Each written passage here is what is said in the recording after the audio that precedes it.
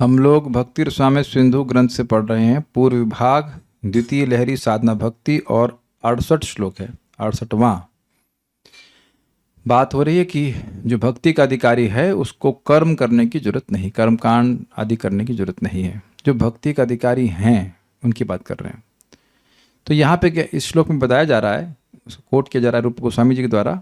ये 11वें स्कंद के 5वें अध्याय का 41वां श्लोक है कि जो व्यक्ति सर्वात्मना हर प्रकार से भगवान मुकुंद की शरण ले लेता है, अपने सारे अन्य कर्तव्यों को त्याग करके, वह अन्य किसी का ऋणी नहीं होता। जब ऋणी ही नहीं है तो फिर देंगे क्यों? जब मैं आपका किसी का मतलब किसी व्यक्ति का ऋणी हूं ही नहीं तो मुझे उससे मतलब क्या, मैं उसे क्यों कुछ दूंगा। I hope you are getting the point.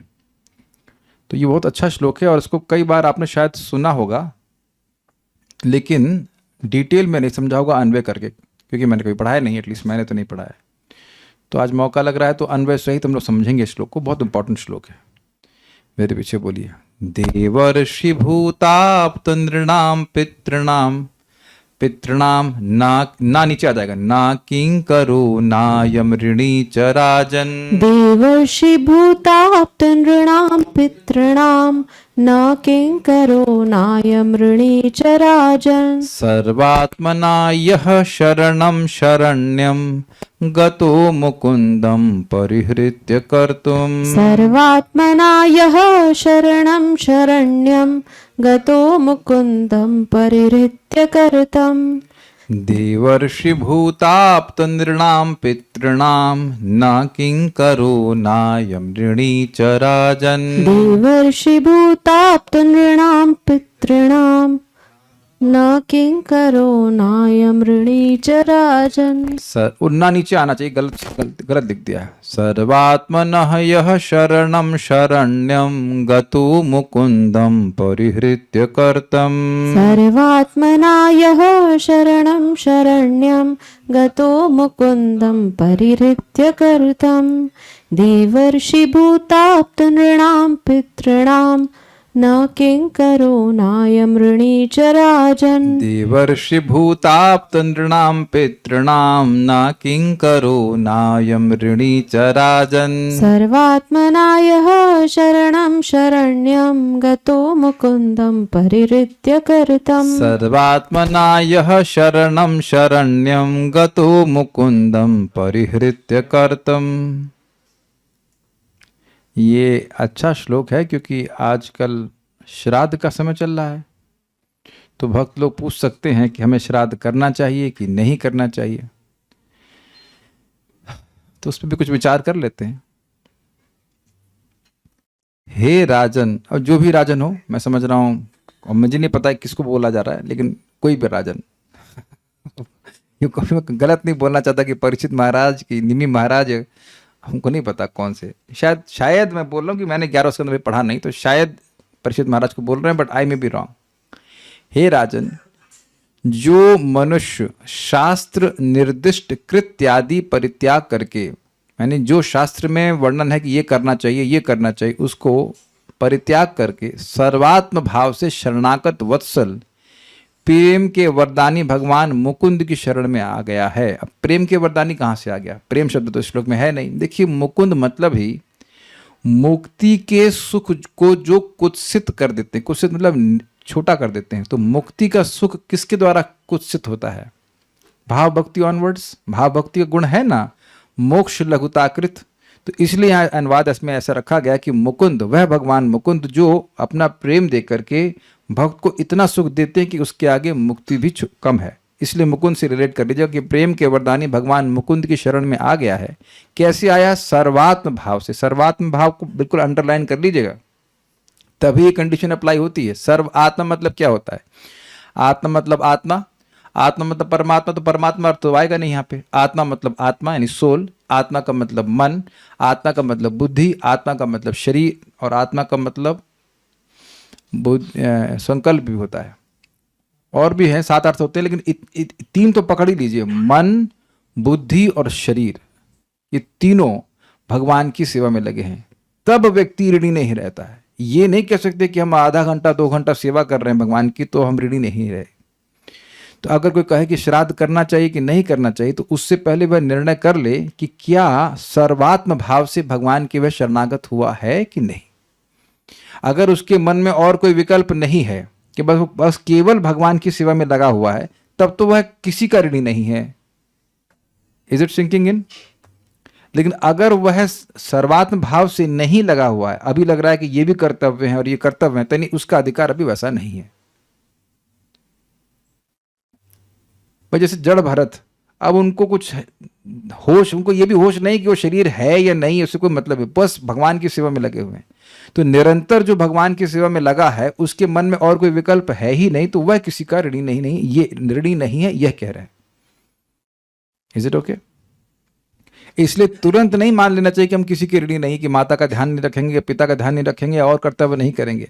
पहले आप ये चेक कर लीजिए कि अभी बिजनेस के बारे में सोच रहे हैं कि नहीं, अभी नौकरी के बारे में सोच रहे हैं कि नहीं। भाई एक विचार करिए ना, हमें अपनी श्रद्धा का लेवल चेक करना चाहिए। बॉस अधिक शक्तिशाली है कि भगवान? अब बोलेंगे भगवान, सेवा किसकी कर रहे हैं? बॉस की। तो अब देखिए कि हमारा ज्ञान है और दूसरा विज्ञान है, तो विज्ञान जो है विशेष रूप से तिरोहित हो जाता है। This is nothing wrong. हम लोग पहले सुन चुके हैं, हर व्यक्ति को अपने अधिकार के अनुसार कार्य करना होता है। तो अगर मन में भाव है कि बॉस अधिक शक्तिशाली है, तो बॉस की सेवा कीजिए। भाई यही सोच रहे हैं ना हम लोग कि बॉस मेंटेन करेगा। अगर ये मन में विश्वास हो कि ये बॉस हमको सैलरी नहीं देगा, हमारा मेंटेनेंस नहीं करेगा, तब भी नौकरी करेंगे आप? कोई नहीं करेगा। जबकि बॉस नहीं मेंटेनेंस कर रहा है हमारा। एक काम कर सकते, दरवाजा बंद कर लीजिए, माता जी आप अंदर आ जाओ, बैठेंगे तो किचन की धसक नहीं लगेगी, दरवाजा बिठा लीजिए, मतलब दैट विल बी हेल्पफुल। तो ये श्लोक तो सब अच्छा है, और इसको कोट करके व्यक्ति तुरंत कहता है कि हमें श्राद्ध नहीं करना है, हमें पितरों को कुछ नहीं करना, हमें माता पिता का ध्यान नहीं रखना, ऐसा तो बोल देते हैं लोग, लेकिन ये क्लॉज नहीं देख पाते हैं। क्लॉज क्या है? सर्वात्मना, हर प्रकार से भगवान की सेवा में लगे रहना चाहिए, ये बात है। महाराज इस पे बहुत डांटते हैं कि कुछ कोई गृहस्थ है, वो पत्नी बच्चे में तो खूब पैसा लगा रहा है, लेकिन माता पिता की सेवा नहीं कर रहा। सर्वात्मना, तुम अपने बच्चों को, अपने पत्नी को तो खूब खिला पिला रहे हो अच्छे से, और माता पिता के ही ऋण से मुक्त हो गए हो तुम। ऐसा मत सोचिए कि ऐसा नहीं होता है। हम लोगों से तो बहुत ज्यादा अनुभवी महाराज है ना, परम पूज्य वृंदावन चंद्र महाराज कई लोगों को देखे होंगे ना इस प्रकार से। तो तुम अगर पत्नी के प्रति अपना कर्तव्य मान रहे हो, बच्चों के प्रति मान रहे हो, बड़ी अच्छी बात है। तो माता पिता के प्रति भी मानना चाहिए ना। सब जड़ भरत ही हो जा रहे हैं। कुछ समझ रहे ना बात, ये बात है। वह देवताओं, ऋषियों, पितरों, प्राणियों और कुटुंबियों का न तो सेवक और न ही उनका ऋणी होता है। राजन, हे राजन, जो भी राजन, यह जो मनुष्य कर्तम परिहृत्य समस्त कार्यों को, कर्तम का मतलब होता है जो शास्त्र के द्वारा कर्तव्य निर्दिष्ट किए गए हैं, उनकी बात करना है। ऐसा नहीं कि अब आपको बाथरूम नहीं जाना है। बाथरूम जाना छोड़कर तो भक्ति नहीं कर पाएंगे ना आप। ये तो है ना, दंत धावन तो करना पड़ता है, नहाना पड़ता है, उन कर्तव्यों की बात नहीं कर रहे हैं। वो तो करना ही है, जो रेगुलर खाना पीना तो करना ही है। लेकिन जो शास्त्र के नित्य नैमित्तिक कर्म बताए गए, ये रोज करना चाहिए, नहीं करना चाहिए, इत्यादि इत्यादि, उनको परिहृत्य, उसे परितहृत्य मतलब अच्छे से त्याग दिया, वो करता नहीं है, छोड़कर सर्वात्मना, सर्वात्म भाव से, यानी कि हर मन से, वाणी से, शरीर से, पूरी तरह से भगवान की शरणम, शरणागत वत्सल, मुकुंदम, भगवान मुकुंद की शरणम, शरणम में गतः आ गया है, चला गया है। न अयम, न तो वह, अयम मतलब ये व्यक्ति, देव प्लस ऋषि, समझ में आ गया, देवताओं का या ऋषियों का, भूत मतलब प्राणियों का, जैसे कि ये गाय, गाय से दूध मिलता है तो उसके ऋणी हुए कि नहीं, तो आपको दूध का बिल नहीं देना है। स्वीकार करेंगे आप? दूध वाला तो नहीं स्वीकार करेगा। या और भी जो प्राणियों से कुछ उपकार होता हो, तो उधर भी उपकार आपको नहीं चुकाने की जरूरत है। अब इंटरेस्टिंग है, आप्त नृणाम, ये बड़ा इंटरेस्टिंग वर्ड है। आप्त के आगे प्र लगा देंगे तो क्या होगा? प्राप्त। तो जिनसे हमें चीजें प्राप्त होती हैं, उनको कह रहे हैं आप्त नृणाम, इसीलिए कह रहे हैं अभिष्ट मनुष्यों। समझ पा रहे हैं? जैसे माता और पिता से हमें बहुत सारी चीज प्राप्त होती हैं, तो ये सब आप्त निर्णाम में आ जाएंगे। मैं बड़ा प्रसन्नता हो रही थी कि इस श्लोक के शब्द को थोड़ा हम समझ पा रहे थे। देवता ऋषि क्लियर है, भूत क्लियर हो रहा है। भूत मतलब भूत प्रेत नहीं है, भूत का मतलब है वो जो जीवात्माएं हैं, जैसे कि गाय है या घोड़ा है, जिसकी भी पहले लोग मतलब कार्य उनसे लेते थे, तो उनका भी उपकार बन जाता है, उनको भी तो सेवा में लगा रहे हैं। आप्त निर्णाम शब्द हमको सबको समझ में आया। आप्त निर्णाम मतलब भाई माता पिता के द्वारा हमको बहुत कुछ मिलता है कि नहीं मिलता, तो जो आपको पोषण करने वाले हैं, मान लीजिए माता पिता ने पालन नहीं किया है, चाचा ने पालन किया है, किसी किसी की ताई पालन करती हैं, तो वह भी आप्त निर्णाम में आ जाएंगे। तो जो पालन कर रहा है उसकी आप ऋणी नहीं हो गए। उसने खाना दिया है, रोटी दी है, मैं माता पिता ने देह दिया। कभी कभी होता है कि माता पिता दोनों मर जाते हैं, तब ताई या चाची या मामी या जो भी मौसी वह पालन करती हैं। देखा गया कि नहीं? तो वह भी आप्त निर्णाम में आ जाएंगे, जो अभिष्ट देने वाले मनुष्य उनका। और पितृनाम, पितरों का, जो हमसे पूर्वज जो मर गए हैं उनकी बात कर रहे हैं। ऋणी, ऋणी है मतलब इनका ऋणी नहीं है जो भगवान की सेवा कर रहा है। और न किंकरो, न किसी का सेवक है, मतलब भगवान का सेवक है इसलिए वह अन्य किसी का सेवक नहीं है। ये दूसरे एंगल समझिए, भगवान की सेवा कर रहा है तो वो सबकी सेवा कर रहा है। एग्जाम्पल हमने दिया था, अभी आने वाला है ये कार्तिक, तो कार्तिक में जो भक्त दीपदान करते हैं भगवान विष्णु को, कृष्ण को, तो उनके सारे पूर्वजों का उद्धार हो जाता है। That's very amazing, is it not? और वो प्रार्थना करते हैं कि हमारे वंश में कोई ऐसा पैदा हो जाए जो चक्री भगवान को दीपों का कोई चक्र अर्पण करे, ताकि उनकी कृपा से हमको मोक्ष मिल जाए। ये बात है। तो व्यक्ति को चेक कर लेना होगा कि क्या वो सर्वात्म भाव से भगवान की शरण में है या नहीं है। सर्वात्म भाव से है, मन वाणी शरीर भगवान की सेवा में ही लगा हुआ है, तब वह किसी का ऋणी नहीं है। ये क्लॉज इंपॉर्टेंट है। कल्याण पर कुछ मन में डाउट आ रहा है। डाउट आप छुपा नहीं पाते तो छुपाओ मत बोल दो क्या डाउट आ रहा है, बोलिए। हरे कृष्ण प्रभु जी। प्रभु जी, जैसे हम लोग अभी कुछ डिवोटीज है, इस कॉन्टेक्स्ट में थोड़ा बोल दीजिए। किस कॉन्टेक्स्ट में? मतलब हम लोग के सर्वात्मा है नहीं है? आप सर्वात्मा हैं या नहीं है मैं बताऊंगा कि आप खुद जानेंगे। आप यहाँ क्लास में आ गए, चलिए बड़ी बहुत अच्छी बात है, जब कर रहे हैं। अब मैंने तो आपको जब करता हुआ देखा नहीं, तो मैं क्या जानूं कि आप सुबह सो रहे थे कि जब कर रहे थे। आपने मुझे देखा, आपको विश्वास है कि मैं 16 माला किया? आप समझिए बात, ये मेरे आपके बोलने की बात नहीं है कि मैं कहूं कि आप सर्वात्मा हैं या मैं सर्वात्मा हूं। नहीं, ये आप खुद जज कीजिए ना। ये तो मालूम रहता है ना सबको कि अच्छा यहाँ पे कितने लोगों को मालूम रहता है कि माया और कृष्ण क्या है? किसी को नहीं, किसको नहीं मालूम है कि जब वो कब माया में जाता है और कब वो कृष्ण भावना में रहता है। ये कितने लोगों को नहीं मालूम चलता है। राधा किंकरी माता जी मालूम नहीं चलता आपको कब माया में जा रही है कब? हाँ, सब मालूम है इनको, सब ज्ञानी है ये। अच्छा, और द्रवित कुमार प्रभु, आप तो माया में कभी जाते नहीं होंगे मेरे ख्याल से। माया को तो हाँ ना तो आप समझ रहे हैं कि आप जान रहे हैं कि माया में जाना क्या होता है और भक्ति करना क्या होता है। इस समय तुम लोग माया में है ना? नहीं तो समझ में आ रहा है कि भगवान की बात कर रहे हैं। क्लियर है ना? तो अब माया का ऑप्शन ही जिसने बंद कर दिया है, भाई माया की सेवा करेंगे ही नहीं, केवल कृष्ण की सेवा करेंगे।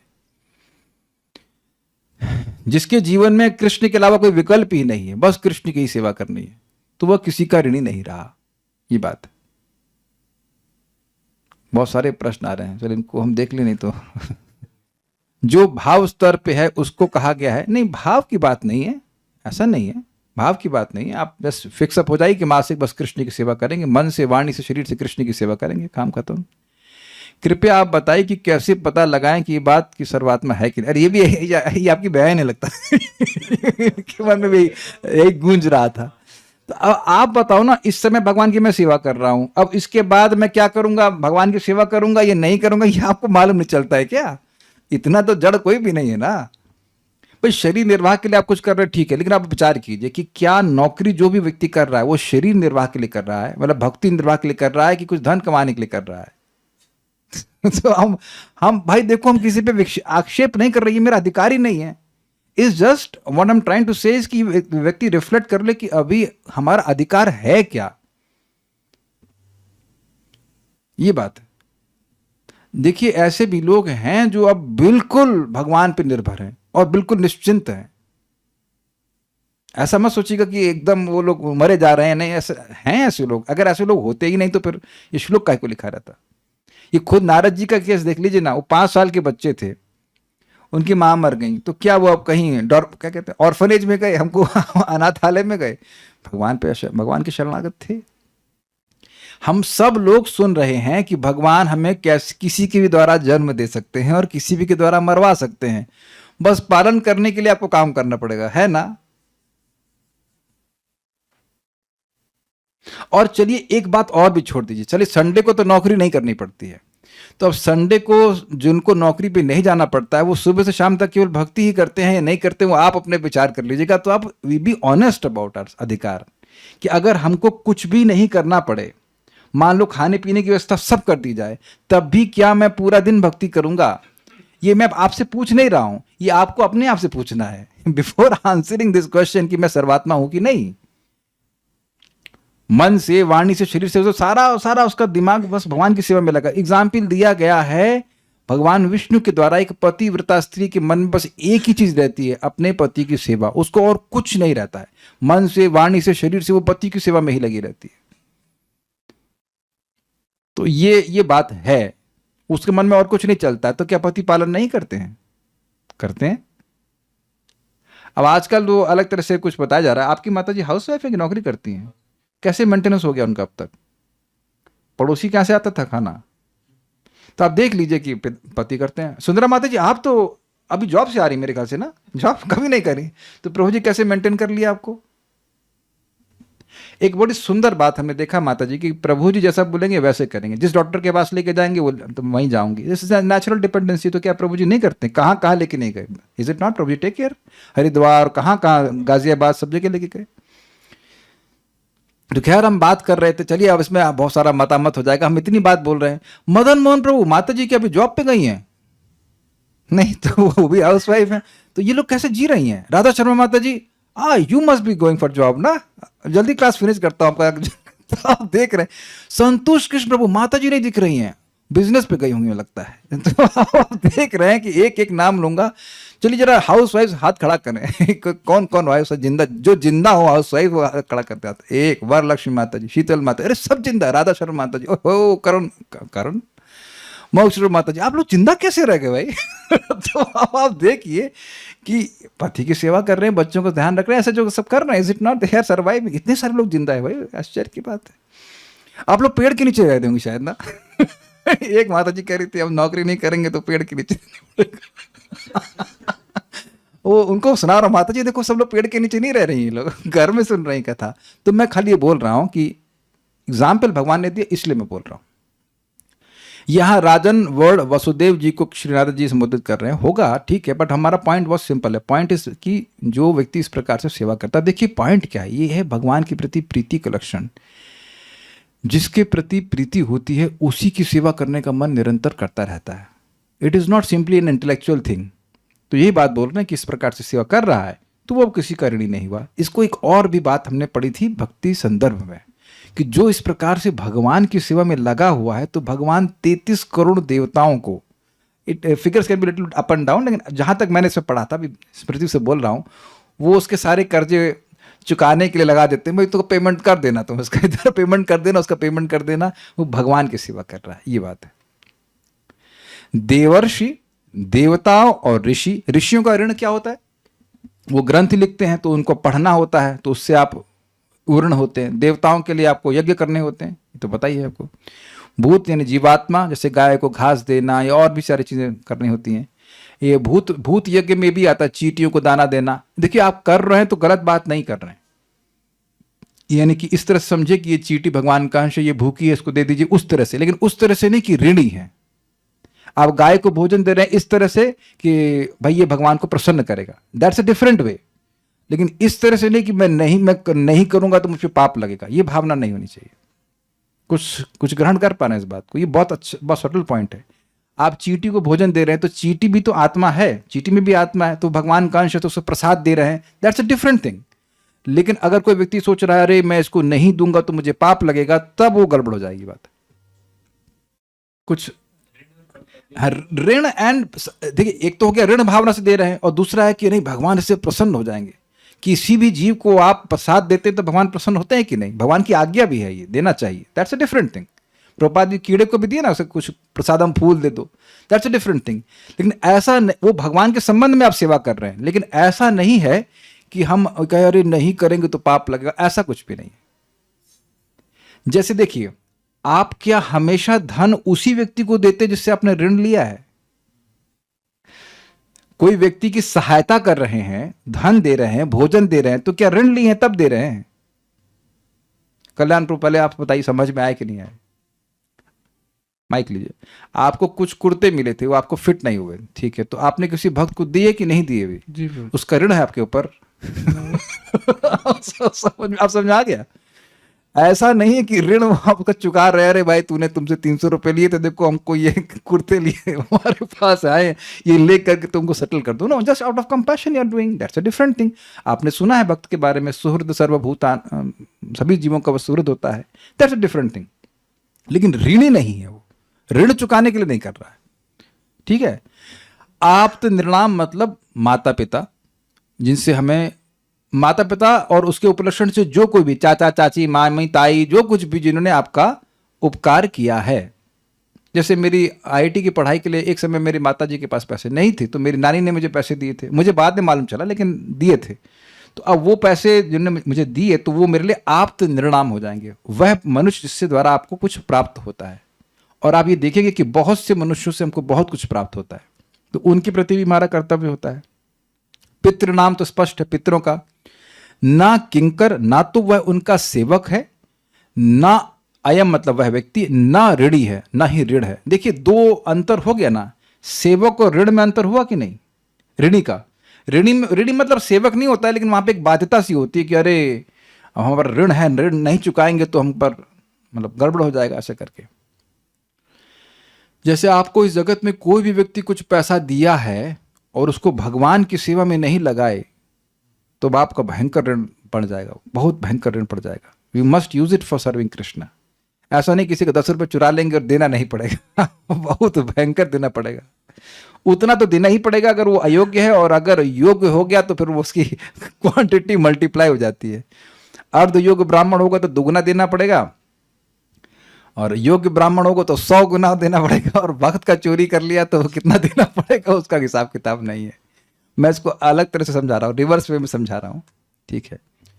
कौन भाई कौन ऋणी नहीं होगा? तो कह रहे हैं सर्वात्मनः यह शरणम शरण्यम, जो हर तरह से मन से वाणी से शरीर से उन शरण यानी जो शरण लेने योग्य हैं, इसीलिए अनुवाद रखा गया था जो भक्त वत्सल हैं। इस जगत में जिन्हों की हम शरण ले रहे हैं वो आपसे प्रेम नहीं करते सामान्यतः, अगर आप देखें तो, है कि नहीं? तो जो प्रेम नहीं करता है उसकी शरण मत लेना कभी भी। अब देखिए ऑब्वियसली मैं ये मानूंगा कि आप सब लोग मानेंगे अपने बॉस की आप शरण नहीं ले रहे हैं, वो जस्ट अभी मेंटेनेंस के लिए कर रहे हैं, that's a different thing. But never take shelter of a person who does not love you. ये एक बहुत सिंपल सा स्टेटमेंट है लेकिन काफी गंभीर होगा, अपने जीवन में आपको देख लेना है। एक हमको भक्त बोल रहे थे, वो ऑप्ट्री क्या है, आप ऑप्टोमेट्री सीख रहे हैं, तो कह रहे प्रभु जी कौन है, तो सबकी तो सब लोग की दृष्टि तो सब लोगों की सोच तो एक जैसी होनी चाहिए। हमने कहा आप तो ऑप्टोमेट्रिस्ट हैं, तो आप ये बताइए कि आंखें तो सबके पास है कि सबके पास एक ही लेवल की दृष्टि होती है? जिसकी जितना चित्त भगवान की भक्ति के द्वारा पवित्र हुआ उतना वह पारदर्शी माध्यम होगा। नहीं तो जैसे एक भक्त ये बता रहे थे कि एक व्यक्ति को बोला गया बेस में कि तुम अगर चाहते हो कि तुम्हारी दीक्षा हो जाए तो तुमको 5 लोगों को ब्रह्मचारी बनने के लिए कन्विंस करना पड़ेगा। मैं तो आंखें मेरी गोल हो गई, मैंने ये क्या है भाई, ये तो कौन सा एजेंट गिरी हो गई। अब जो भक्त बोल रहा है वह भी अचीव सा है, with all due respect he is chanting Hare Krishna but he has to get purified to speak such things। आपसे कोई पिरामिड स्कीम बोलते हैं, यस ये मार्केटिंग हो रही है क्या भाई? हम तो इनकी बात को रिपीट कर रहे हैं, बस एस्टॉनिश। हमने कहा मुझे तो कोई इस तरह से ब्रह्मचारी बनाने के नहीं बना सकता था। अच्छा वह गृहस्थ के लिए नहीं बोल रहे दीक्षा चाहिए तो 5 लोगों की शादी कराओ।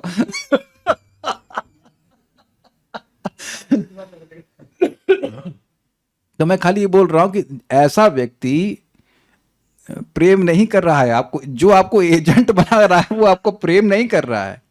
ये बात, ये देखने का सामर्थ्य रखिएगा कि आपको कौन प्रेम कर रहा है, उसकी शरण लीजिए। वो आपका हित के बारे में सोच रहा है एक्चुअली, जेन्युइनली। अदरवाइज अगर मेरे संग धोखा होता है तो मैं रिस्पॉन्सिबल हूं, वो सामने वाला नहीं। प्रभुपाद इस बात को बोलते हैं बड़ी नम्र भावना में कि even I can cheat you. Prabhupada कभी चीटिंग नहीं करेंगे, लेकिन बोल रहे हैं even I can cheat you but Krishna will never cheat you. एक प्रभुपाद के कहने का तरीका है, प्रभुपाद है ना कभी किसी को चीटिंग कर सकते हैं, लेकिन एक बात है, और ये बात ध्यान रखिएगा, कंडीशन सोल चीटिंग ना करे तो आपकी आंखें गोल हो जाए। चीटिंग नहीं किया, चीटिंग नहीं किया, अरे ये क्या लिबरेटेड हो गया। कंडीशन सोल का गुण है कि वो चीटिंग करेगा। और प्रभुपाद जी का स्टेटमेंट है even devotees will cheat you, don't be surprised. Before accepting someone as shelter, किसी को अपनी शरण मानने से पहले, उसकी शरण में जाने से पहले व्यक्ति को विचार करना चाहिए कि वह प्रेम करता है कि नहीं। इसीलिए कह रहे हैं शरण्य, वो शरण्य हैं, वो शाश्वत हैं। एक बात, वो असीमित शक्ति से युक्त हैं। एक दूसरी बात, और सबसे इंपॉर्टेंट बात है वो प्रेम करते हैं।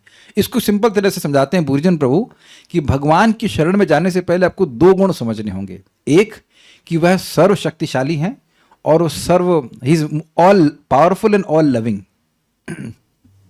अगर वो सर्वशक्तिशाली होते और प्रेम नहीं करते तब बड़ा डेंजर है, क्लास में सो गए गोली मार देंगे। है, कुछ लोग ऐसे होते हैं। और अच्छा मान लो वो शक्तिशाली नहीं है और खाली प्रेमी है, तो बस रोते ही रहते हैं, बेटा बीमार हो गया क्या करूं मैं, कुछ नहीं कर सकता। नरक लेके चले गए कोई व्यक्ति, यमदूत लेके चले गए, बेटा मैं क्या करूं, मैं कुछ नहीं कर सकता। तो दोनों चीजें आपको समझ में आनी होगी। शरण इसलिए है भगवान क्योंकि वह सर्वशक्तिमान है और बहुत प्रेम करते हैं भक्तों से। इसलिए हर प्रकार से जो इस प्रकार से भगवान की शरण में चला गया, किनकी नाम तो बताइए तो करें मुकुंद। मुकुंद मतलब जो मुक्ति के सुख को भी कुत्सित कर देंगे। अब देखिए इंटरेस्टिंग बात है, देवता सारे मिलकर भी मुक्ति नहीं दे सकते। प्रमाण क्या है? मुचकुंद महाराज। Muchkund and Mukund are similar sounding words. तो मुचकुंद महाराज खूब युद्ध किए, खूब सेवा की, जान लगा करके हजारों साल तक। और उसके बाद जब वो सेवा निवृत्त हुए, मैं सेइंग करेक्ट? मुचकुंद ना, हाँ मुचकुंद ही था, ठीक है। तो वो पैदा हो गए थे। शिव जी के बेटे का नाम क्या है? कार्तिकेय। तो उन्होंने कहा अब सेवा हमारा नया सिपा सलार आ गया, अब आप रिटायर कर जाइए। तो कहे क्या चाहिए? ऋते कैवल्यम नद्य अद्य नः। हम लोगों से, देवता कह रहे हैं हम लोगों से आप कैवल्य छोड़कर सब मांग लीजिए। तो जो मुक्ति को दे नहीं सकते सारे देवता, जिसकी खूब सर्वात्मना सेवा की, परिवार छोड़कर सब छोड़कर मुचकुंद महाराज रातों दिन सेवा किए, वो सारे देवता मिलकर मुक्ति नहीं दे पा रहे हैं। और यहां कोई व्यक्ति भगवान की सेवा कर रहा है तो भगवान मुक्ति से श्रेष्ठ सुख दे रहे हैं। कुछ अंतर देख लीजिए। तो एटलीस्ट हमारी कोई भी अधिकार है, हमें इतना विचार करना चाहिए कि हम प्रयास करेंगे सर्वात्मना भगवान की सेवा करने की। जैसे एक सिंपल सी बात है, एटलीस्ट इस समय जब मैं भगवान की भक्ति कर रहा हूं, मैं भगवान के बारे में बोल रहा हूं, मैं नाम जप कर रहा हूं, तो मुझे कोई सेवा करने की जरूरत है। इतना तो कम से कम पकड़ना चाहिए मुझे। और अभी मैं किसी के लिए भी और इंडेटेड नहीं हूं, भगवान की सेवा कर रहा हूं। धीरे धीरे करके इस भाव को बढ़ाना चाहिए कि सबसे ज्यादा फायदा हमको भगवान की सेवा करके ही मिल रहा है। ये बात समझ में आ गई बात? परिहृत्य कर्तुम, परितः हृत्य, बिल्कुल अच्छे से छोड़कर सारे जो कर्तव्य बताए गए हैं कि तुम ये कर लो, तुम वो कर लो, ये सब छोड़ करके भगवान श्री कृष्ण की ही सेवा कर रहा है, तो ऐसा व्यक्ति किसी का भी ऋणी नहीं है। कह रहे हैं we should not take shelter of those who don't love you. Example बता दीजिए इसका एक बार, तो क्या नाम लिख के बताऊं? आपको आज तक ऐसा एक्सपीरियंस कभी नहीं हुआ है क्या?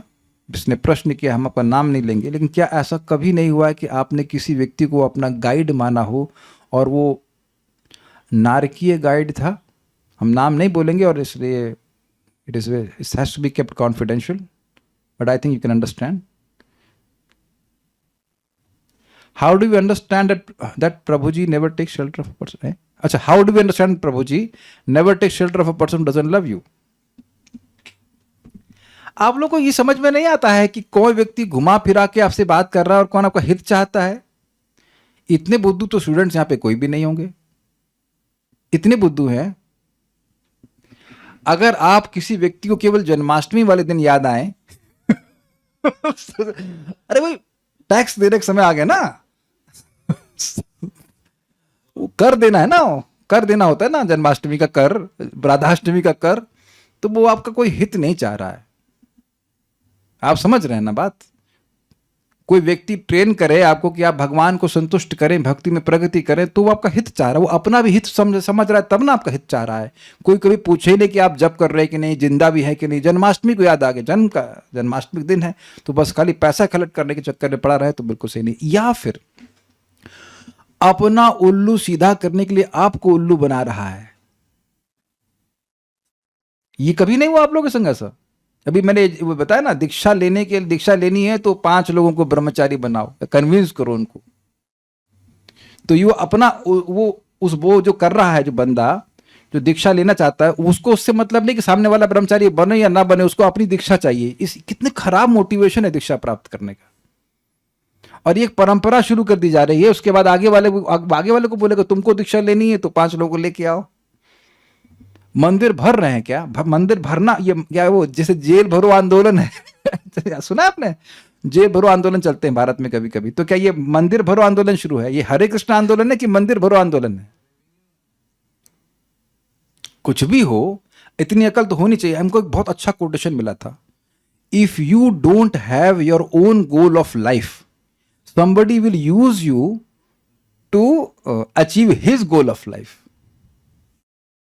और इसीलिए मैं भक्तों को डांटता रहता हूं, कभी कभी समझाता रहता हूं, प्रेम से पुचकार या कैसे भी करके कि आप जप अच्छा से कीजिए। क्योंकि प्रभुपाद जी का स्टेटमेंट है, it becomes very clear, as a person chants very nicely he understands that the goal his, उसने हिंदी में बोलूंगा, उनके एकमात्र प्रेमास्पद श्री कृष्ण है। उन्हें समझ में आ जाता है कि भगवान श्री कृष्ण की सेवा करके हम सुखी होते हैं, उनके बारे में सुन करके बोल करके सुखी होते हैं, इंद्रिय तृप्ति करके सुखी नहीं होते। जब आपको समझ में आ जाएगा ये, तो ये समझ में आ जाएगा कि मेरा जीवन का उद्देश्य इंद्रिय तृप्ति नहीं है, तो कोई भी व्यक्ति आपको कन्विंस नहीं कर सकता कि इंद्रिय तृप्ति आपके जीवन का उद्देश्य है। वो अपनी इंद्रिय तृप्ति के लिए आपको नहीं लगा पाएगा। ये ऐसा मत सोचिए कि आपके माता पिता ने भी ऐसा नहीं किया है, बेटा इंजीनियर बनो, समाज क्या कहेगा। आपको क्या कहेगा नहीं से मतलब है, उनको क्या कहेगा है ना? अग्रीड? ये है ना? तो ये सब चीजें हैं। अब एक भक्त कह रहे हैं ऐसे तो सिर्फ डिवोटीज ही होते हैं। देखिए ऐसे तो सिर्फ डिवोटीज भी नहीं होते हैं। मैं जिनके बारे में आपको अभी एग्जाम्पल दिया था वो डिवोटी ही हैं, वो जब करते हैं, लेकिन सारे डिवोटीज भी ऐसे नहीं होते हैं। तो be very careful on this point.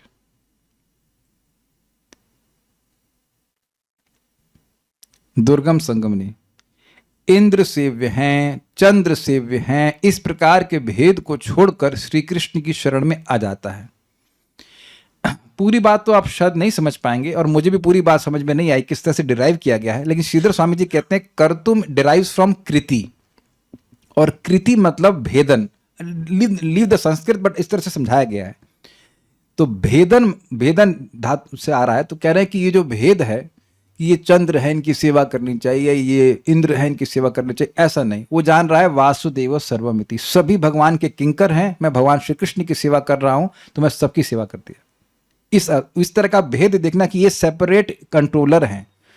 समझ में आया? ये सेपरेट कंट्रोलर हैं, ये सेपरेट कंट्रोलर नहीं। ईशस्य ही वशे लोको योषा दारू मई था, भगवान के ही कंट्रोल में सब कुछ है, मैं भगवान की सेवा कर रहा हूं, सभी लोग मुझसे संतुष्ट हो रहे हैं।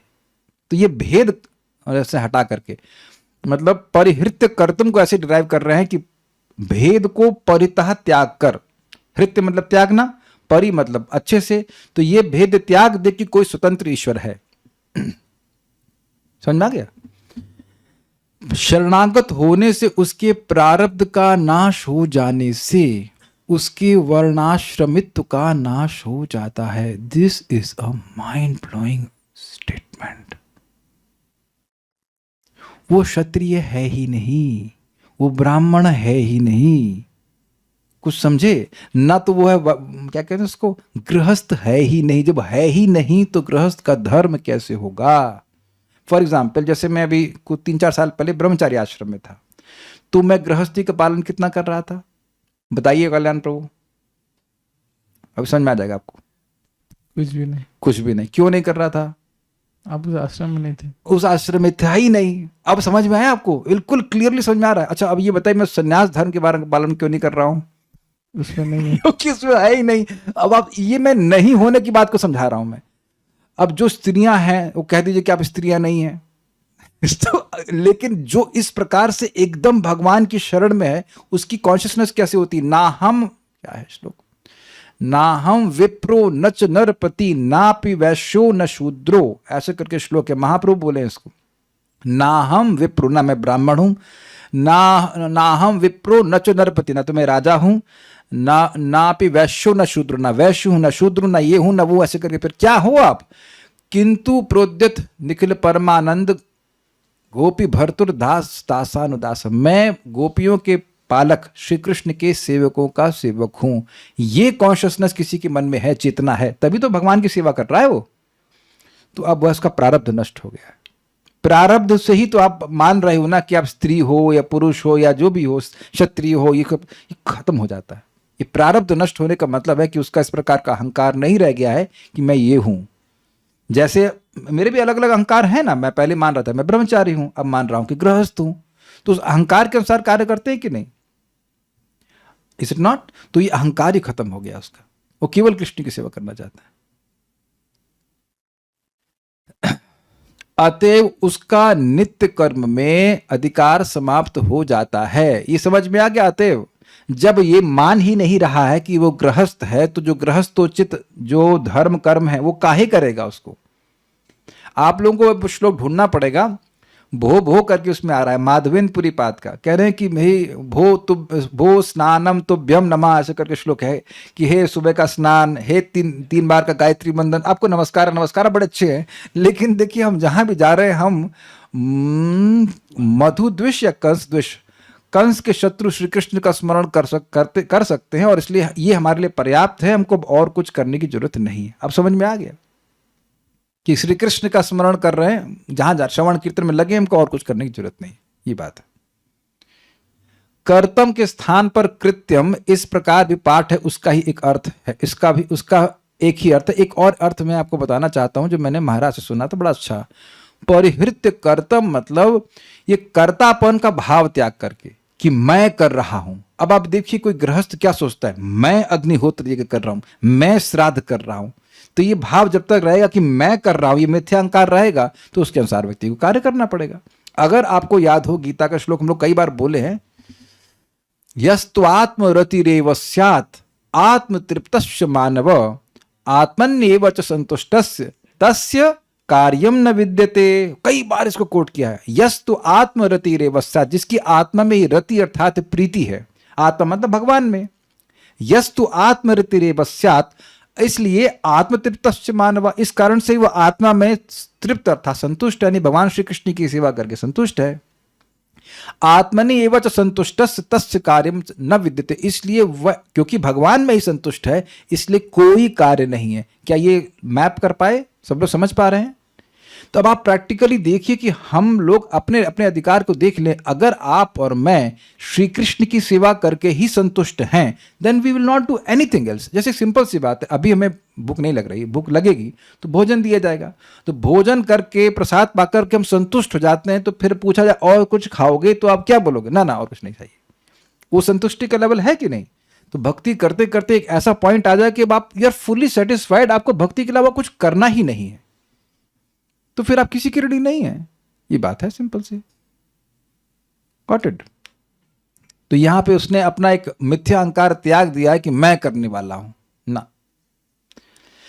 नोट, एक चीज विचार कीजिए इसी पर, अगर ये दिख जाए कि सब कुछ करने वाले भगवान हैं, देखो मैं जंप करने के लिए नहीं बोल रहा हूं, एक है कॉन्शियसनेस कि जो कुछ भी करेंगे मेरे जीवन में मैं पूरी तरह भगवान पर निर्भर हूं, तो अब काहे परेशान होंगे? आप देखो महाराज बड़ा सुंदर एग्जाम्पल देते हैं बच्चों का। बच्चे आप भी रहे हो, बचपन में कोई खाना नहीं बनाता है। निर्मला पॉल माता जी के बच्चे बनाते हैं, है ना? नहीं बनाते? अरे कैसे बच्चे हैं। अच्छा शीतल माता जी के बच्चे तो बच्ची तो बनाती होगी खाना, आपकी बच्ची भी नहीं बनाती। श्याम जी माता जब आप छोटी थी तब तो आप तब से जॉब कर रही है ना, 5 साल की उम्र से ना, तब कॉन्शियसनेस क्या थी? तुंग विद्या माता जी मेरे ख्याल से आपने 4 साल से रोटी बनाना शुरू किया, आई थिंक, इसने यही तो बता रहे थे आप। तो हम बच्चों का एग्जाम्पल ले रहे हैं। और कोई बच्चा, हाँ, अभिषेक प्रभु, ये अभिषेक प्रभु, प्रभु जब आप 4 साल के थे तो आप नौकरी के बारे में जरूर सोच रहे थे ना, तो आप समझ गए कि उस समय एकदम निश्चिंत, रोटी भी कैसे बनेगी उसकी चिंता नहीं थी। अग्रीड? तो वहां भगवान आपकी मां को शक्ति दिए, मां को हृदय में प्रेम भरे, तब ना आपके लिए रोटी बनाती थी। करवा लिया ना पालन भगवान ने। तो महाराज इस एग्जाम्पल को दे रहे हैं कि अगर किसी का भगवान पे विश्वास है तो वो रोटी भी नहीं बनाएगा। सी इट्स ओके, बट अभी हमारा है कि अगर हम नहीं करेंगे तो हम कैसे चलेगा भाई? नहीं करेंगे तो कैसे चलेगा? बताओ, है ना भाव? तो ये भाव है ना कि हम करता है, हम करने वाले हैं, इज इट नॉट? देखिए, जिन चीजों में आपका ये भाव नहीं होता उसमें आप कुछ नहीं करते। जैसे कि रोटी खा लेते हैं, उसका सोचते हैं कि आप कुछ करना चाहिए, हजम कैसे होगा, जानते हैं ठाकुर जी पे डिपेंड है, वही करते हैं, हम तो कुछ करते नहीं इसमें। और ऐसा भी नहीं है कि मैं इस कॉन्शियसनेस में हूं, मैं खाली इतना बोल रहा हूं कि ये कॉन्शियसनेस होती है लोगों की, महान भक्तों की होती है। ठीक है, नोट, सारार्थ दर्शनी, यह श्लोक दिखाता है कि भक्ति नित्य और नैमित्तिक कर्मों जैसे श्राद्ध और तर्पण से होने वाली कठिनाइयों से रहित है। मैंने ये नोट इसलिए दिया है क्योंकि चक्रवर्ती पाद जी की टीका है और वो उसमें काफ़ी और आपको दृष्टि मिलेगी, तो इसलिए हम यहाँ पे रखती है। यद्यपि ये भक्ति रसामृत सिंधु में नहीं है। भक्ति रसामृत सिंधु में जो भक्ति सार प्रदर्शनी टीका चक्रवर्ती पाद की, वो सेम है दुर्गम समनी की, संगमनी जैसी, लेकिन इसलिए हमने अलग से रखा है और बड़ी अच्छी अच्छी बातें यहाँ पे। तो श्राद्ध आदि में बहुत सारे नियम पालन करने होते हैं, तो उसको नहीं करना है भक्ति में। आप्त शब्द उन लोगों को सूचित करता है जो पोषण करते हैं, जैसे माता और पिता। स्पष्ट है? जैसे का मतलब है माता पिता के अलावा भी कोई कर रहा है तो वह भी, मौसी, चाची, ताई, सभी। देवता से 5 यज्ञों के देवताओं का बोध होता है। अग्निहोत्र यज्ञ और भी यज्ञ होते हैं, उन सब का। कर्मों में लगे हुए मनुष्य देवताओं, ऋषियों, प्राणियों, माता पिता और पितरों का ऋणी और सेवक होता है। और अगर वैसा नहीं करता है तो he is a defaulter, he will be punished. वह उनके लिए प्रतिदिन 5 यज्ञ करता है। जैसे भूत यज्ञ हुआ, क्या जैसे मैंने बताया ना, चींटियों को वो देना, मतलब कुछ अन्न देना है, जो भी खाने के लिए देना, पक्षियों को अनाज देना, ये सब करना होता है। ऐसे करके ऋषियों के लिए ऋण होता है, तो उसको आप शास्त्र पढ़ करके और शास्त्र का प्रवर्तन करके देते हैं। ऐसे करके अलग अलग होता है। स्मृति में कहा गया है, परीक्षीणम ऋणार्थम कर्म कारयेत, अर्थात ऋण नष्ट करने के लिए कर्म करना चाहिए, नहीं तो व्यक्ति को दंड मिलेगा। परंतु जो भक्त पूर्ण रूप से मुकुंद को समर्पित हो गया है, उसके लिए यह आवश्यक नहीं है। ठीक है, इसका एग्जाम्पल देंगे। क्या नाम, उसका नाम भूल जाता हूं, सुयज्ञ नाम था, क्या नाम, नहीं, इसको शाप लग गया था वशिष्ठ जी का, क्या नाम है उसका, प्रसृद्ध एक क्षत्रिय राजकुमार था। उससे समझ में आ जाए कहानी आपको। क्षत्रिय राजकुमार थे और बड़े अच्छे व्यक्ति थे, और वह पूरी रात जग करके गायों की रक्षा करते। तो एक दिन अंधकार का समय था, तो एक सिंह आ गया, बाघ आ गया एक्चुअली, और वह गायों पे झपटा उनको खाने के लिए। तो वह तलवार चलाए तो बाघ की तो कान कटा, लेकिन एक गाय का सर कट गया। तो अब उनको गोहत्या का पाप लग गया। तो वशिष्ठ जी को जब मालूम चला तो उन्होंने कहा कि तुम शूद्र हो जाओ। लेकिन ऐसा नहीं कि वो शूद्र हो गए, वो पूरी तरह से भगवान को समर्पित हो गए, भगवान की भक्ति करने लगे और उसी जन्म में वैकुंठ चले गए। तो अब अगर कोई ऋण बाकी रह गया होता तो वो दोबारा जन्म लेते ना, लेकिन वैकुंठ चले गए। तो ये प्रैक्टिकल एग्जाम्पल हुआ। और दूसरा एग्जाम्पल हमारे प्रसिद्ध अजामिल प्रभु, अजामिल जी पे तो कितना भयंकर ऋण लगा हुआ था, उसका तो कोई हिसाब ही नहीं है। लेकिन उसके बाद जब वैकुंठ से दूतों को मिले वो, उसके बाद वो घर वापस नहीं गए, सीधे चले गए हरिद्वार। भक्ति के 12 साल बाद भगवान के पास वापस चले गए। एक हम बोलेंगे फिर से, एक माता जी उस समय LLB कर रही थी, LLB कर चुकी थी, LLM के लिए फॉर्म भरा था। तो बोली, प्रभु जी अजामिल जैसा व्यक्ति उसी जन्म में भगवान के पास क्यों चला गया, कैसे चला गया? तो हमने कहा देखिए, वो इसलिए चला गया क्योंकि भक्तों से मिलने के बाद वो LLM का फॉर्म नहीं भर रहा था। वो भक्ति करने में लग गया, उसको दिख गया कि भक्ति करना है, बस खत्म कहानी। है ना, अब आप उसमें लगी पड़ी हो तो अभी जब समय लगेगा लगेगा, क्या क्या कह सकते हैं, ठीक है। कभी कभी मुख से अच्छी बात आ जाती है। So okay, will go forward. तो उसे कुछ ऋण कम करने के लिए कर्म करने होते हैं, इस व्यक्ति को नहीं करना चाहिए, परंतु जो भक्त पूर्ण रूप से मुकुंद को समर्पित हो गया है उसके लिए आवश्यक नहीं है। यह वैसे ही है जैसे कोई व्यक्ति यदि पृथ्वी के सम्राट का सेवक बन जाता है तो वह किसी राज्य के छोटे शासक का सेवक नहीं रह सकता। इजी एग्जाम्पल है। ऐसा व्यक्ति समस्त वर्णाश्रम नियत कर्तव्यों का त्याग कर देता है अथवा सभी भेदभाव छोड़ देता है। ये एग्जाम्पल, ये व्याख्या की जा रही है परिहृत कर्तुम। परिहृत कर्तुम, कर्तुम का मतलब एक हुआ कृत्यम यानी कि कर्तव्य, सारे वर्णाश्रम के कर्तव्य को छोड़ देता है। मुझे नहीं मतलब है ऐसी भावना, मुझे केवल भगवान की भक्ति करनी है। अगर ये भाव आ गया है बहुत अच्छा है, and you go for it, you don't hear anyone on this point, बिल्कुल आगे बढ़ जाइए, कोई दिक्कत नहीं। दूसरा भेदभाव छोड़ देता है मतलब ये इंद्र भाई बहुत बड़े शासक हैं, ये बहुत समर्थ व्यक्ति है, वो नहीं। वासुदेवो सर्वमिति, सभी भगवान की शक्ति ही है, मैं भगवान की ही सेवा करूंगा। समझा कि इस प्रकार का भेदभाव छोड़ देता है।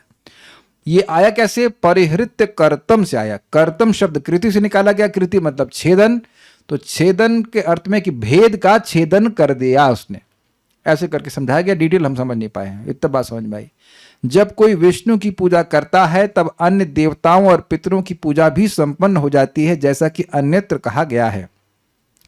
चलो मेरे साथ बोलिए, यथा तरोर्मूल निषेचनेना तृप्यन्ति तस्कंद भुजोपशाखा प्राणोपहारा च यथेन्द्रियाणाम तथैव सर्वाहरणमच्युतेज्य। श्रीमद् भागवत 4:31-14, ये नारद जी का वक्तव्य है। इस पे कुछ इंटरेस्टिंग बात बताऊंगा। जैसे पेड़ की जड़ में जल डालने से उसकी शाखाएं, टहनियां और पत्ते सब तृप्त हो जाते हैं, और जैसे पेट में भोजन देने से शरीर की इंद्रियां सब तृप्त हो जाती हैं, वैसे ही परमेश्वर की भक्ति करने से सभी देवता और अन्य जीव स्वतः ही तृप्त हो जाते हैं। तो ये एग्जाम्पल फोटो से आप देख सकते हैं किस प्रकार से भगवान की सेवा करेगा तो भगवान कैसे है, जड़ के समान है। तो भगवान की सेवा करेगा तो सारे देवी देवताओं को मिल जाता है, इसलिए ऋणी नहीं रहता। लेकिन एक इंटरेस्टिंग बात है कि ये एग्जाम्पल तो अपने आप में कंप्लीट है, तो पेट वाला एग्जाम्पल क्यों दिए कि पेट में भोजन देने से सारे इंद्रियों को मिल जाता है? तो बड़ा सुंदर वर्णन परम पूज्य वृंदावन चंद्र महाराज की है कि देखिए, ये आपका अनुभव होगा कि पेड़ की जड़ में पानी देते हैं, फिर थोड़ा थोड़ा पत्तियों को देते हैं, तो पत्ती भी कुछ कुछ हरी हो जाती हैं। तो ऐसा हो सकता है कि कोई सोचे कि हाँ भगवान विष्णु की सेवा करेंगे तो और अन्य लोग को भी कुछ दे सकते हैं, इसलिए दूसरा उदाहरण दिया जा रहा है पेट का, कि भोजन अगर हाथ पे रख दिया जाए तो हाथ को क्या मिलने वाला है? कुछ नहीं मिलने वाला। अब समझे, इसीलिए दूसरा एग्जाम्पल दे रहा है, किसका? ये पेट वाला। कहेंगे भगवान पेट में है, हाँ भगवान पेट में भी है, दूसरा फोटो देख सकते हैं, लेकिन यहाँ पे पेट स्थानीय है। जैसे पेट को अन्न देने से सारे अंगों को मिल जाता है, ऐसे ही भगवान विष्णु को अर्पण करने से, भगवान विष्णु की सेवा करने से सभी लोग संतुष्ट हो जाते हैं। लेकिन आप एग्जाम्पल ये सेकंड पॉइंट समझ पा रहे हैं, पेट वाला एग्जाम्पल क्यों दिया जा रहा है? क्योंकि भोजन देने की एकमात्र विधि पेट को ही है। आंखों में मान लीजिए कि आज हम हरी चटनी का लेप करेंगे, तो अब इससे तो कोई कुछ मिलने वाला नहीं। कहीं अरे यार नींबू का जूस बड़ा अच्छा लग रहा है, जरा कान में डाल देना, तो अब कान में नींबू का जूस डालेंगे तो कुछ नहीं मिलने वाला है। तो इसलिए पेट को जैसे भोजन दिए बिना आप किसी इंद्रिय को नहीं दे सकते हैं, कोई पोषण नहीं दे सकते, इसी प्रकार से ऐसा होता है। एक बात आपको और ध्यान देनी होगी, ये भगवत गीता सुना कि किसी देवता को भी अगर दे रहा है तो ये मान के चले कि इंद्र को मान ले दे रहा, तो इंद्र ये भगवान के हाथ है, भगवान को दे रहा हूं, ये बात भी याद रखनी चाहिए। इस तरह से अलग नहीं मानना चाहिए। ओके, भगवान ने स्वयं कहा है, तावत कर्माणि कुर्वीता न निर्विद्येत यावत मत कथा श्रवणादो वा श्रद्धा यावन न जायते। मनुष्य को वेद सम्मत कर्मकांड तब तक करते रहना चाहिए जब तक वह भौतिक इंद्रिय तृप्ति से वास्तव में विरक्त न हो जाए और मेरे विषय में श्रवण तथा कीर्तन के प्रति श्रद्धा उत्पन्न न हो जाए। अब कहेंगे ये श्लोक काहे आ गया? जिन लोगों के मन में ये भावना नहीं है कि भाई श्रवण कीर्तन करके ही हम पूरी तरह सफल हो जाएंगे, वो लोग कर्म करते चले जाएं। समझ में आई बात? लेकिन अब जिनके मन में स्थिर होगा कि भाई श्रवण कीर्तन करके हमें जीवन की सारी उपलब्धि मिल जाएगी, हम श्रवण कीर्तन ही करेंगे, अपने जीवन की सिद्धि के लिए, मैं फिर रिपीट कर रहा हूँ, मान लीजिए मेरे थोड़ा सा भी गर्दन में दर्द हो रहा है, तो ये मेरे हरे कृष्णा करने से नहीं जाता है। आप लोग की होता होगा, मैं कोई ऐसे बहुत दुखी नहीं हूँ, just I have to do some exercise for this, ये नहीं बोला जा रहा है। और आप को भी ऐसा नहीं सोचना चाहिए कि ऐसा होता है। हम महान भक्तों को भी देखते हैं कि अपने शरीर का ध्यान रखते हैं। गुरु महाराज बोल रहे थे कि प्रभुपाद जी 1.5 घंटा मसाज लेते थे, मॉर्निंग वॉक पे जाते थे। तो that is not the point being told here, कि अगर आप अपने शरीर के ध्यान के लिए कुछ कर रहे हो, कुछ भी कर रहे हो, तो इज जस्ट अगेंस्ट भक्ति, ऐसा नहीं है। मैं बार बार इस बात को रिपीट कर रहा हूँ क्योंकि ये इंटरप्रिटेशन गलत होते हुए मैंने देखा है। आप शरणागत हैं तो अब आप दवा क्यों ले रहे हैं? ये सुना आपने, बहुत चलता है इस तरह से, कुछ भी आए खा लीजिए भगवान के शरणागत। उसके भगवान कहेंगे, यार एग्जाम्पल आपको दूंगा, प्रभुपाद जी के एक शिष्य थे, वो बस पार्टी में गए और टायर पंचर हो गया कि टायर का रिपेयर नहीं कराया गया। तो जो लीडर था उसने कहा भगवान की शरण में जाओ। अब वो बेचारा कंफ्यूज है, गाड़ी खड़ी हो गई यहाँ पे और टायर पंचर हो गया कि तुमने टायर का ध्यान नहीं रखा और अब कह रहे भगवान की शरण में जाना चाहिए। तो बाद प्रभुपाद के पास आया, बोले Prabhupada what does it mean to take shelter of Krishna? ये प्रभुपाद जी भगवान की शरण में जाने का क्या मतलब है? तो प्रभुपाद कहे it means use your intelligence. तो प्रभुपाद तो सबके मन को जानने वाले हैं, तो ऐसा नहीं कि तुम मोटरसाइकिल लेके जा रहे हो उसमें पेट्रोल नहीं है शायद कृष्ण की शरण में।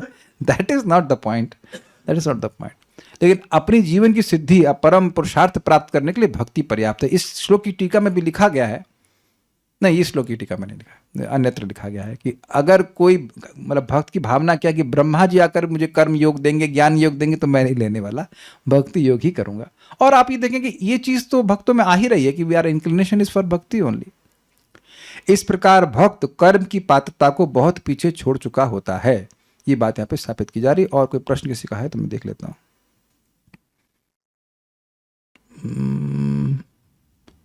भौतिक इंद्रिय तृप्ति से विरक्त नहीं है, लेकिन श्रवण कीर्तन में थोड़ी श्रद्धा है उसकी। वो तो हम सभी लोग ऐसे ही हैं आप अलग हैं क्या? सब लोग यही हैं, भक्ति में आने का अधिकारी तो हैं। भक्ति में आने का अधिकारी क्या था? ना तो न अत्यंत विरक्त और न अत्यंत आसक्त, न इतना विरक्त है कि अब बिल्कुल भगवान की भक्ति से, कथा से ही विरक्त हो जाए, ना इतना आसक्त है कि वो भगवान की कथा में आ ही ना पाए। अरे वो चाउमीन बनाना है भैया, ये सब करना है, वो खाना है। ऐसे भी लोग हैं, इज इट नॉट? ऐसे लोग तो ज़्यादा ही हैं कि कर्म में इतना आसक्त हैं कि वो भक्ति में बिल्कुल रुचि नहीं रखेंगे। सो वी हैव, बिल्कुल स्पष्ट समझ लीजिए, भगवान की भक्ति करने में, कथा सुनने में, भक्ति से मेरा मतलब है कथा सुनने में रुचि है। कथा की रुचि बढ़ती जैसी जाएगी वैसे ही अपने आप भोगों से विरक्ति होती जाएगी। For us there is no other way, there is no other way, there is no other way, and there is no better way, there is no better way, there is no better way. एक बात आप विचार कीजिएगा, विरोध कर देना अगर गलत लगे, दुनिया में कोई आपको विरक्त दिखा है? मैं क्या कहना चाहता हूं समझ रहे हैं? Everyone is only attached, not detached. अगर अस्वीकार हो तो विरोध भी कर दीजिएगा। हम अपनी बात नहीं कह रहे हैं, लेकिन हम इस तरह से बोल रहे हैं कि शायद विरोध मन में आ जाए। कोई शराब में आसक्त हो जाता है इसलिए अपने परिवार से डिटैच हो जाता है कि नहीं? कुछ पुरुष लोग पैसा कमाने में इतने आसक्त हो जाते हैं कि पत्नी बच्चे का ध्यान नहीं रखते हैं, है कि नहीं? वो हम लोग डिटैच नहीं हो सकते, हम लोग केवल अटैच हो सकते हैं। भगवान इस बात को प्रभुपाद कई बार समझाए हैं, ये शास्त्र का ही वचन है, लेकिन मैं ऐसे बोला कि आप लोग थोड़ा सोचिए। आप इस क्लास में इसलिए आए हो क्योंकि आपको अच्छा लग रहा है, because you are attach to hearing about Krishna. तो अपने आप डिटैचमेंट हो जाता है। जो लोग इस क्लास से डिटैच्ड हैं वो डिटैच होने के लिए अलग से प्रयास नहीं कर रहे कि हमें कथा से विरक्त होना है, वो अपनी कार्यों में आसक्त हैं इसलिए इससे विरक्त हैं। कुछ समझ में आ गया? तो आप जब भी देखना कि आपने प्रयास किया होगा ना कि हम ये छोड़ दें, छूटा है कोई चीज, हम मीठा छोड़ दें, हम ये छोड़ दें, इसलिए हम सब छोड़ते ही नहीं है अभी जैसे फॉर एग्जाम्पल मेरे को राइस बहुत पसंद था, बहुत पसंद, मतलब हद से ज़्यादा पसंद। मेरी माँ जिंदा होती तो कहती हाँ ऐसे ही बोल रहा है, लेकिन अब हम लोग मिलेट खा ले रहे हैं, तो उसकी वो राइस की जो नीड है वो मिलेट पूरी कर दे रहा है, तो हम राइस नहीं खा रहे हैं। अब मुझसे कहते हैं राइस छोड़ दो, ये छोड़ दो, वो छोड़ दो। हमारे तनिष्क प्रभु ऐसा बोलते थे, अन्न छोड़ दो। हमने कहा कि ये क्यों नहीं बोलो, कह रहे हो देह छोड़ दो अन्न छोड़ दो, फ्रूट्स पे आ जाओ ये तो what you have suppose to do is become more attach to Krishna katha. वो अपने आप आपको डिटैच कर देगी। Okay, will stop now. I think चीज़ें क्लियर होंगी। Thank you so much. Srila Prabhupada की जय, श्री श्री रूप गोस्वामी प्रभुपाद की जय, श्री श्री भक्ति साम्य सिंधु ग्रंथ की जय, निताई गौर प्रेमानंदे।